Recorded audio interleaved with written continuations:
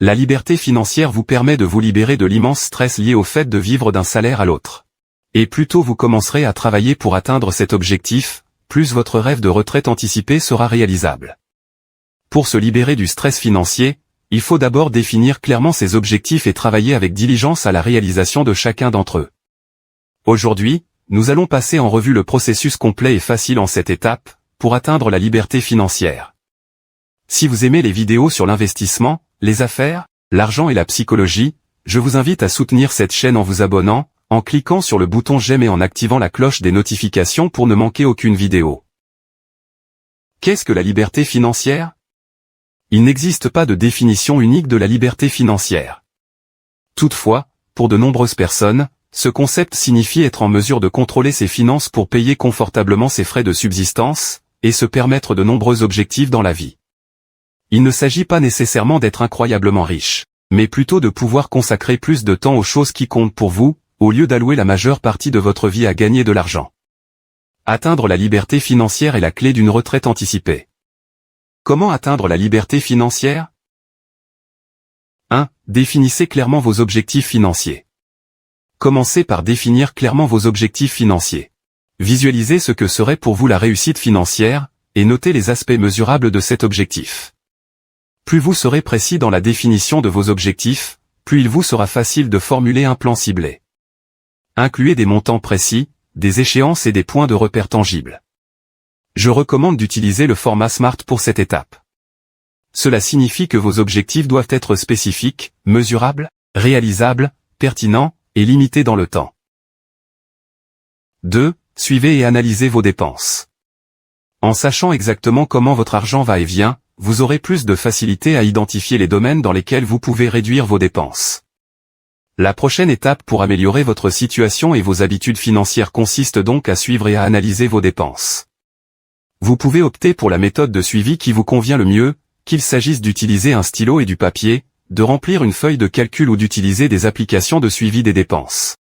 Plus vous vous appliquerez à répertorier chaque dollar dépensé, plus il vous sera facile de passer à l'étape suivante. 3. Établir un budget. Une fois que vous savez combien vous dépensez par semaine ou par mois pour des catégories spécifiques, établissez un budget qui réduit les dépenses inutiles. L'établissement d'un budget vise à créer une épargne après avoir payé vos frais de subsistance. Veillez donc à allouer de l'argent à une catégorie d'épargne. Une bonne règle de base pour établir un budget est de suivre la règle 50-30-20. Cette règle suggère d'allouer 50% de votre revenu après impôt aux besoins, 30% au désir, et 20% à l'épargne et au remboursement des dettes. 4. Remboursez vos dettes. L'endettement est une pierre d'achoppement importante entre vous et l'indépendance financière. Il est donc préférable de rembourser vos dettes le plus tôt possible pour éviter d'avoir à payer des intérêts élevés à long terme.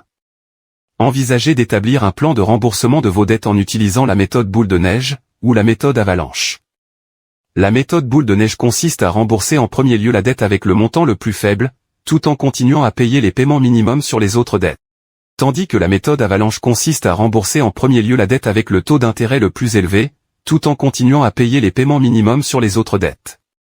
Ces approches pratiques peuvent vous aider à rester sur la bonne voie dans votre parcours de remboursement des dettes, et à accélérer votre progression vers la liberté financière.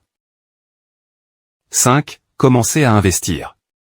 Pour vous constituer un patrimoine potentiel à l'avenir, vous devez commencer à investir afin de faire travailler votre argent pour vous. Privilégiez les investissements à long terme plutôt qu'à court terme, et diversifiez votre portefeuille. Investissez dans des actifs qui correspondent à votre niveau de tolérance au risque, et préparez-vous à affronter les hauts et les bas des marchés financiers. 6. Créez plusieurs sources de revenus. La création de plusieurs sources de revenus est l'une des clés de la liberté financière.